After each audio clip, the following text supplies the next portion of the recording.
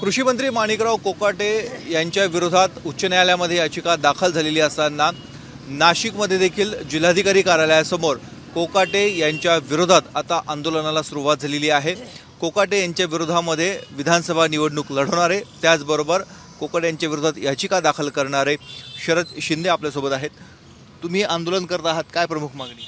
आमची प्रमुख मागणी अशी आहे की माणिकराव कोकाटे हे लोकप्रतिनिधी आहे। कायदा कोण करतं? मुख्यमंत्री आणि लोकप्रतिनिधी करतात। कायद्याचा रक्षकानेच खोटी कागदपत्र शासनाला दिली आणि त्यांच्याकडनं एक नाही 4 घरं ढापलेली आणि त्यांच्या विरोधात केस कोणी चालवली? कलेक्टर आणि शासनाने चालवली आणि 30 वर्षे शहानिशा करून त्यांना 2 वर्षाची सजा झाली। घटना लिहिणारे बाबासाहेब आंबेडकरांनी घटनेमध्ये कायद्यामध्ये तरतूद केलेली की 2 किंवा 2 पेक्षा जास्त वर्षाची सजा झाली असेल तर त्याला आमदार खासदार मंत्रिपदावर राहता येत नाही। म्हणून आमची मागणी आहे त्यांनी तात्काळ राजीनामा दिला पाहिजे किंवा त्यांचं बरखास्त केलं पाहिजे। कोर्टाने त्यांच्या बाजूने निकाल दिलेला म्हणजे स्थगिती दिलेली आहे शिक्षेला। अद्याप निकाल लागलेला नाही, जोपर्यंत निकाल लागत नाही तोपर्यंत शिक्षेला स्थगिती दिलेली ही संपूर्ण न्यायालयीन प्रक्रिया आहे। हो, न्यायालयीन प्रक्रिया आहे। आम्ही न्यायदेवतेचा आदरच करतोय, पण 2 वर्षाची शिक्षा कोणी दिली? न्यायदेवतेने दिली। स्थगिती दिली, पण स्थगिती तुम्ही महिनाभर द्या ना। पण तुम्ही जर 5 वर्षे 10 वर्षे, जशी पहिली केस 30 वर्षे चालली, मग ही जर 30 वर्षे चालली, 30 वर्षांनी माणिकराव कोकाटे मी जिवंत राहील का? मग आमचं म्हणणं काय? मग उद्या आता ते म्हणतात खर्चाचं कारण करतात। खर्चाचं कारण केलंय ना, मग उद्या जर एखाद्याने बलात्कार केला, महिला इथं बसल्या, माझ्या बहिणी बसल्या, पण मला बोलायची पाळी येते, मग तो आमदार आहे म्हणून त्याला सोडून द्यायचं का? ग्रामपंचायतीमध्ये साधं अतिक्रमण 1 अर्धा गुंठा जरी असला तर त्याची सभा सदस्य रद्द करावं यांनी याच्या गावामध्ये केलंय। माणिकराव कोकाटेंनी सोमट्यानेमध्ये जालिंदर कोकाटे आणि एक आदिवासी पवार म्हणून आहे, या दोघांच्या विरोधामध्ये माणिकराव कोकाटेंनी ते 4 वर्षापासून केस दाखल केलेली। तुमची मागणी काय या प्रकरणी? तुमची मागणी? आमची मागणी अशी आहे, जर न्यायदेवता म्हणतात खर्च पडतोय ना, मग 2 नंबरचा माणूस विनर जाहीर करा, जसं अनिल गोटेंचं केलं होतं। किंवा नसल तो चालत तर माणिकराव कोकाटेंनी दादागिरी करून माझी गाडी फोडली, माझे बॅनर फाडले, माझ्या नेत्याची सभा होऊन दिली नाही, नंतर माझा नेता सभेला येणार नाही आणि शेवटच्या दिवशी साहेब मतदानाच्या अगोदर 2 दिवस प्रचार संपला, त्या दिवशी यांनी जिल्ह्याच्या पदाधिकाऱ्याला विकत घेऊन पत्र काढलं, मीडियात जाहीर केलं आणि गावोगाव याच्या कार्यकर्त्यांनी बोबाटा केला। शरद शिंदेची उमेदवारी पक्षाने रद्द केलेली आहे, मतदान वाया घालू नका, मला मतदान करा, म्हणून त्याला 1,30,000 मतं पडली। नाही तर हा फॉर्म मध्ये असता सुद्धा याला फक्त 90,000 मतं पडले। खासदार केले एकमेव उभा होता तरी 90,000च्या पुढे गेला नाही।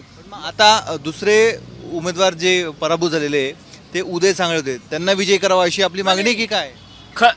आमची खरी मेन मागणी अशी आहे की तुम्ही पोटनिवडणूक तात्काळ घ्यावा 6 महिन्याच्या आत आणि जनतेला स्वच्छ आमदार निवडण्याचा अधिकार द्यावा। तो हक्क आहे ना, तो अबाधित ठेवा।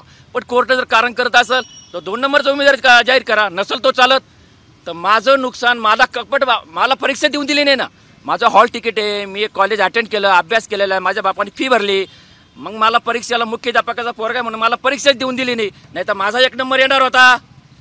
पण मला थांबवलं म्हणून याचा 1 नंबर आला। घाबरला कोणाला? सभा कोणाची उधळली? मी कलाकार, माझा नेता येत नाही म्हणून मी सेलिब्रिटी आणली होती, 65 वर्षाची कलाकार, जिने परदेशामध्ये मराठमोळी लावण्या कशा असतात हा कार्यक्रम कुटुंबाने पावा अशा पद्धतीने तिने सादरीकरण केलंय। मी 15 वर्षाची आणि 18 वर्षाची। तुम्ही किती वेळ इथे बसणार आहात? नाही साहेब, आम्हाला आता त्यांनी निरोप पाठवलेला आहे मीटिंगला, मीटिंग सकारात्मक झाली तर आम्ही त्यांचं ऐकू, अन्यथा आम्ही इथं आमरण उपोषण आमचं चालू आहे। नाही, आम्हाला सकारात्मक म्हणजे काय अपेक्षा आहे? नाही, त्यांनी सांगावं ना का आम्ही वरती पाठवतो आणि फेर निवडणूक घेण्यासाठी आम्ही तयार आहे।